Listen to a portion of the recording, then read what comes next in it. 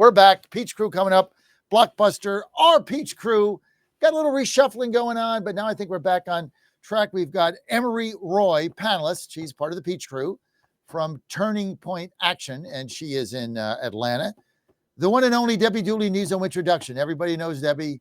Everybody loves her. Well, not everybody, Debbie, but I do. The cat does too. Cat loves you too, and does too. So you're in good company. Sally Grubbs, back by popular demand.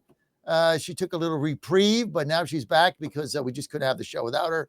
And she's bringing back her fire and vigor and venom.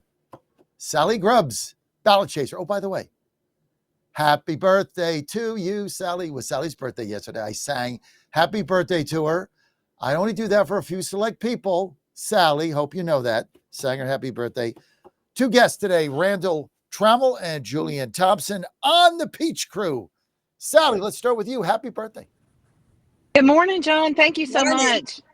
You were just so fantastic yesterday. I had no idea you could sing like you sing. I love it. I'm like Mel Tillis. Look him up. I'd say you're better than Mel. It was great. It was great. It was great singing to you on the phone, much to your surprise, too. That was the thing of it. Sally was like, what is this? I'm like, I'm singing happy birthday to you because I love you. So it's all good. We got the Peach Crew back, and we got a lot to talk about today. I don't even know where to start. Let's start with the Tuesday night massacre that went on in Georgia, and I want to hear how you guys are going to spin your way out of the insurance commissioner. I'm sorry, not the insurance commissioner, the public service commissioner debacle that went on, losing those 2 seats to rate rising libtards. It was interesting. Some person told me yesterday, I forget who. I guess it was Eric, it was Tim Eccles and somebody else.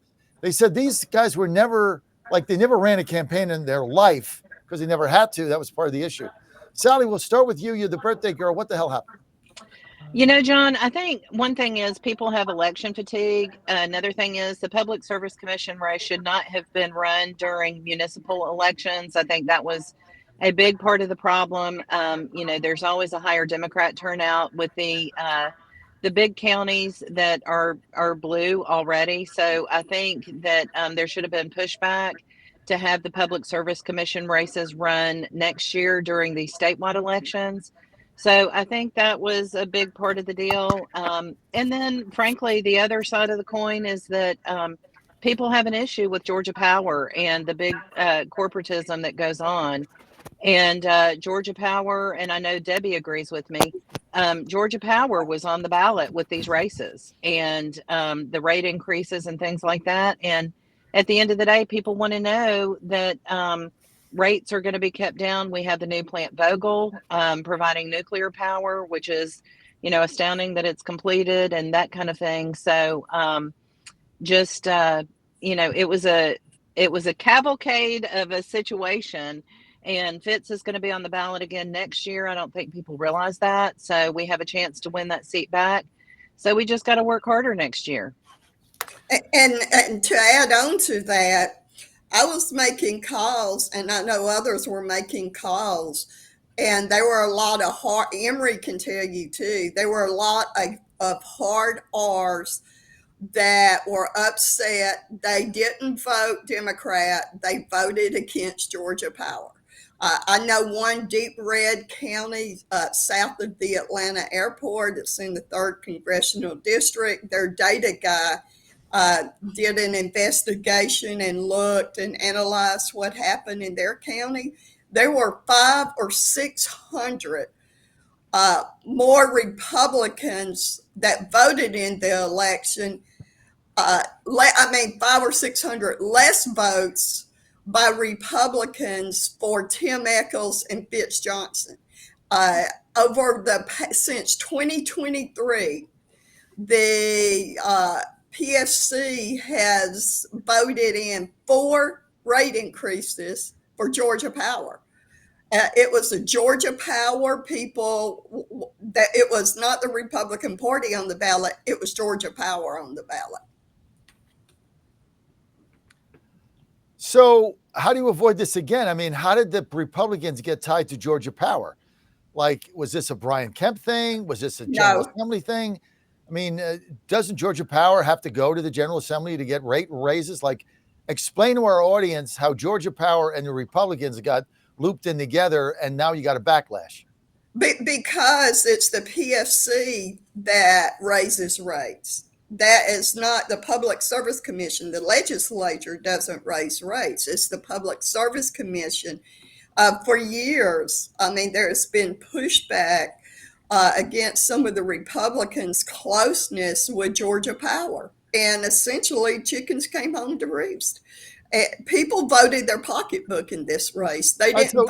But again, help me explain the way Georgia's set up.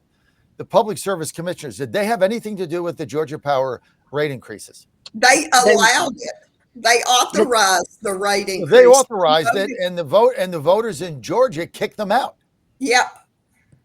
That's essentially what happened. So anybody that points to what happened in Georgia with the PSC races and tries to make the case how the Republicans in Georgia are in trouble next year, they don't know what's going on. It was a backlash. I had warned Tim. What would stop the same thing from happening? Let's go to Julianne Thompson. Julianne, what would stop the same thing from happening in November?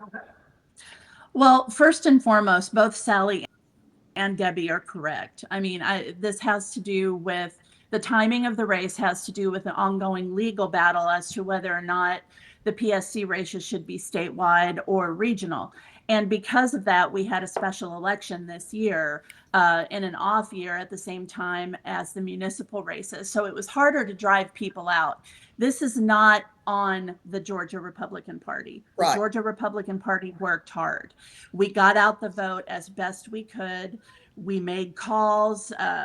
We did everything we possibly could do. And ultimately, it is candidates to win their races. And Debbie is correct, and Sally is correct by saying that this was about Georgia Power. And it's difficult to message a race when you're talking to voters and you're saying, well, rate increases are going up all over the country. They're going up all over the Southeast.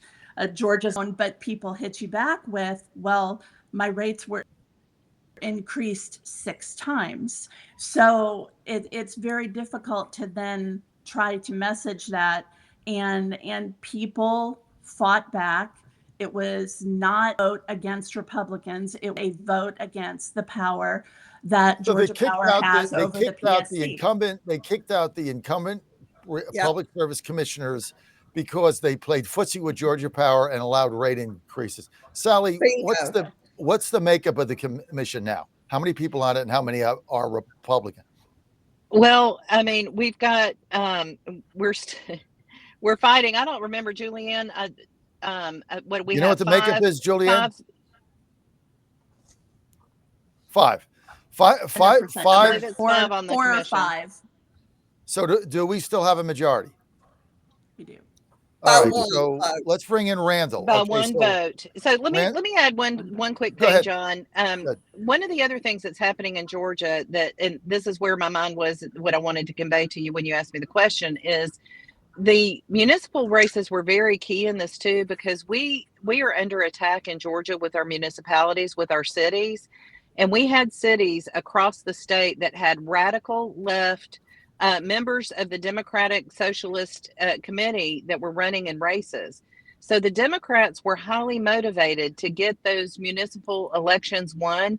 In the city of Marietta, where I live, we had a radical Democratic Socialist running for the mayor of Marietta, who was 24 years old, a graduate of Kennesaw State University, with 0 experience, that the Democrats put up to run against an incumbent mayor who's done a fantastic job. And they wanted to put that 24-year-old in charge of a $500 million budget. And this was happening all across the state and other municipalities. So the Democrats were highly motivated with their Green New Deal agenda on the PSC, and highly motivated to get their municipal candidates elected. In the city of Marietta, our candidate almost lost by 87 votes. That's how close this is. And then you also, but then Republicans, like Debbie was saying, Republicans voted for the Democrats because they were pissed at Georgia Power for the rate increases. Bingo. Yeah, So it's it was crazy. like a trifecta from hell. It was. Yep. Absolutely. So when is the next round? Let's get to Randall Trammell. Randall, am I saying your name right? Yes, sir. Okay, Randall. Let's get to Randall. When is the next round of Georgia Public Service Commissions come up? Is it going to be 27? Is it 26? How's this work? So we have one seat coming up in 2026. Of course, the primary will be on May 19th, and we'll duke it out there. And then in November, you'll have the general election. So we still have that one seat that Fitz Johnson currently sits in that will be back up for re-election. And there's a good chance that we can grab that back. Will he run again? He's already said he's running. Yeah. Okay, And I so think- he was a guy that but wait, he's the guy. This is Yep. where it doesn't make sense to me. He's a guy that they just kicked out because he played footsie with Georgia Power. Now he's going to run again so they can kick him out again. Why don't you guys get a new candidate that's going to fight Georgia Power? Well, we do need to recruit, and I brought up that exact scenario. What makes him think that he's going to be voted in? If I was there, I would vote for him. I mean, if I'm getting rate increases and that's the reason he got voted out, I would vote for him. Sally should run. The funny thing, John, is that you have to a candidate has to actually live in a certain district, but those races are voted on statewide. It is crazy. It's crazy. Go find somebody, Debbie. Go find somebody to run. Get somebody. I'm working on that, John. I'm working. I think Debbie should run. Debbie would be great. She knows all about the power. You live there, Debbie? I'm not sure I'm in that district. That's the problem. Well, go move there. I'm in. Let's get Debbie in. Emery. I'm not sure I'm in the district. Look, I mean, I'm just trying to make sense of this, guys, because, I mean, I understand now why you lost, and thank you. This is why the Peach Crew is so effective. You explained the loss. It's not like, oh, people in Georgia are going blue, right? You had rate increases. The guys that got beat, Tim Echols and Fitz, were, doing the dance with Georgia Power, and they got kicked out. I'd have probably voted him out if I was there as well. Yep. And now they're going to run again? Go find somebody in a primary to kick his ass. Get him out of there. I'm working on it. I would also say, John, that the PSC is a position that not a lot of people know about. You have to do a lot of explaining what it does. And if you're having to explain, then you've already lost. So we certainly need strong candidates, but we also have a lot of educating to do on how important that role is in our state and holding those power bill charges. Hey, Debbie, I like this Trammell guy. How'd you get him on? Who is he? I like him. That would be Emery. Emery. Got him on. Emery. I like this guy. Tell me about him. So I guess we're going to take gears a little bit. I was going to talk about kind of turning points planned for 2026, but Randall, so he's a dear friend of mine. He's actually from Bartow County, and he's running for state school superintendent. We currently have the current one, Richard Woods, has been there for 12 years. And as somebody who has graduated in the public school sector in the past 6 years, so during that rise of COVID, I saw a lot of changes happen when I was in college. Specifically, you had teachers that would be there for their entire career at one school. And I knew that because my sister's about 5 years older. So I had the luxury of having those teachers after. And, you had those teachers be there for 15 years, leading groups like FCA or trying to help start student organizations. And I noticed after COVID, a lot of them would just quit. They quit teaching, they moved to different schools. And I was trying to figure out what in the world was going on. And, I has always been a big proponent of public education because I went to a public school, and I just noticed a lot of, the proficiency rates were going down after COVID. And I just noticed like this was a bad trend. And they had somebody run, I think it was in 2022 against Richard Woods, wasn't a strong enough candidate. I think he was the former school superintendent. So there was some people just didn't feel he was a good candidate. And so I heard Randall speak at, I think it was an event all the way up in Walker County a few months ago. And I was there for a turning point. And I was like, oh my gosh, I'm completely blown away. I mean, energy was, in touch with the issues that affected the parents the most. And to me, that was the biggest thing. It wasn't just another talking point. So, Randall, And is this race in November?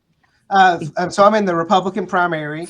It's a crowded field. There's 5 candidates, so we'll be up on the ballot in May 19th of 2026. So the guy that's there is a Republican. Is he retiring?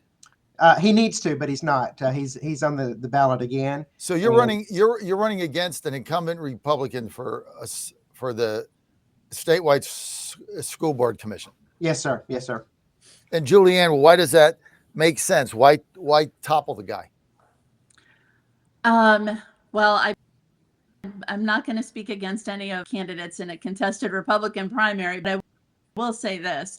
I have a lot of concerns about our public school system. My son just graduated 2 years ago, so I experienced it recently. And so what I would love to ask Mr.